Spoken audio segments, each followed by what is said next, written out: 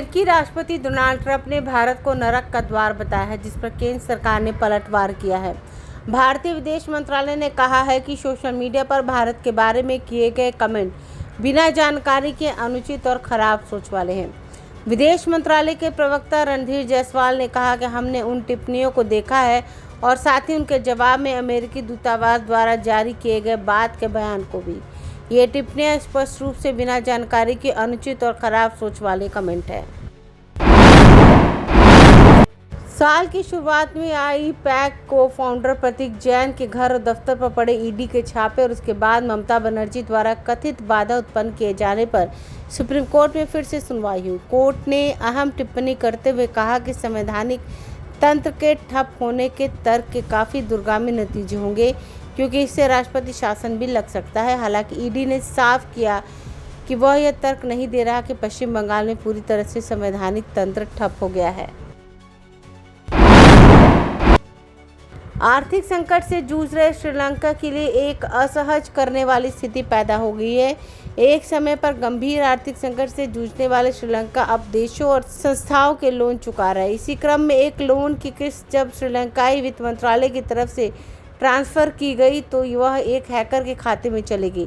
विपक्ष की तरफ से जब इस मुद्दे को उठाया गया तो सरकार ने सामने आकर इस बात को स्वीकार किया कि $25 लाख की धनराशि किसी हैकर के खाते में पहुंच गई है। अमेरिकी राष्ट्रपति डोनाल्ड ट्रंप ने पाकिस्तान के अनुरोध पर ईरान के साथ युद्ध विराम को अनिश्चितकाल के लिए बढ़ा दिया है। इसके बावजूद इलाके में तनाव बना हुआ है। हॉर्मुज़ स्ट्रेट को लेकर दोनों देश आमने सामने हैं और बयानबाजी जारी है। अमेरिका ईरान के दावे प्रतिदावे के बीच विदेश मंत्रालय ने भारतीय नागरिकों से ईरान की यात्रा न करने की सख्त सलाह जारी की है। साथ ही ईरान में मौजूद भारतीयों से निर्धारित भूमि सीमा मार्गों के माध्यम से तुरंत देश छोड़ने को कहा है। सरकार ने कहा है कि यह चेतावनी उन खबरों के मद्देनजर जारी की गई है जिनमें भारत और ईरान के बीच कुछ उड़ानों के फिर से शुरू होने की बात कही जा रही है। पश्चिम बंगाल और तमिलनाडु विधानसभा चुनाव में बम्पर वोटिंग के बाद मुख्य चुनाव आयुक्त ज्ञानेश कुमार ने खुशी जाहिर की है। उन्होंने कहा कि भारत की आज़ादी के बाद ऐसा पहली बार है जब जनता ने इतनी बड़ी संख्या में बाहर आकर अपने लोकतांत्रिक अधिकार का प्रयोग किया है। बता दें, चुनाव आयोग द्वारा बताए गए नवीनतम आंकड़ों के मुताबिक पश्चिम बंगाल के पहले चरण में 91.1%, जबकि तमिलनाडु चुनाव में करीब 84.80% मतदान दर्ज किया गया है।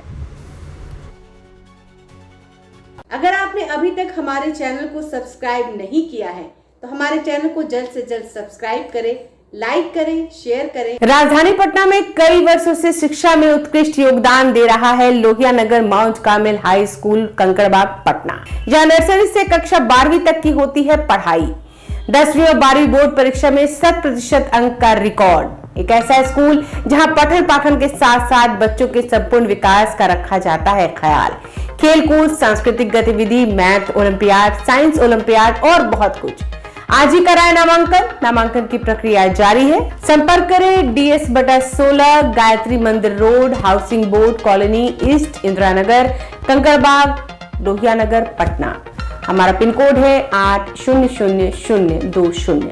पटना में कई वर्षों से शिक्षा में अहम योगदान दे रहा है Gyansthali high school Alamganj Patna city, जहां 10वीं और 12वीं की बोर्ड परीक्षाओं में 100% अंक प्राप्त कर रहे हैं बच्चे। एक ऐसा स्कूल जहां न केवल होती है पढ़ाई बल्कि साथ ही साथ होती है कल्चरल एक्टिविटी, स्पोर्ट्स एक्टिविटी से जुड़े गेम्स, मैथ ओलंपियाड से लेकर साइंस ओलंपियाड, जहां बच्चों के लिए स्कूल कैंपस अत्याधुनिक सुविधाओं से लैस, छोटे बच्चों के लिए वाहन और ट्रांसपोर्ट की विशेष सुविधा।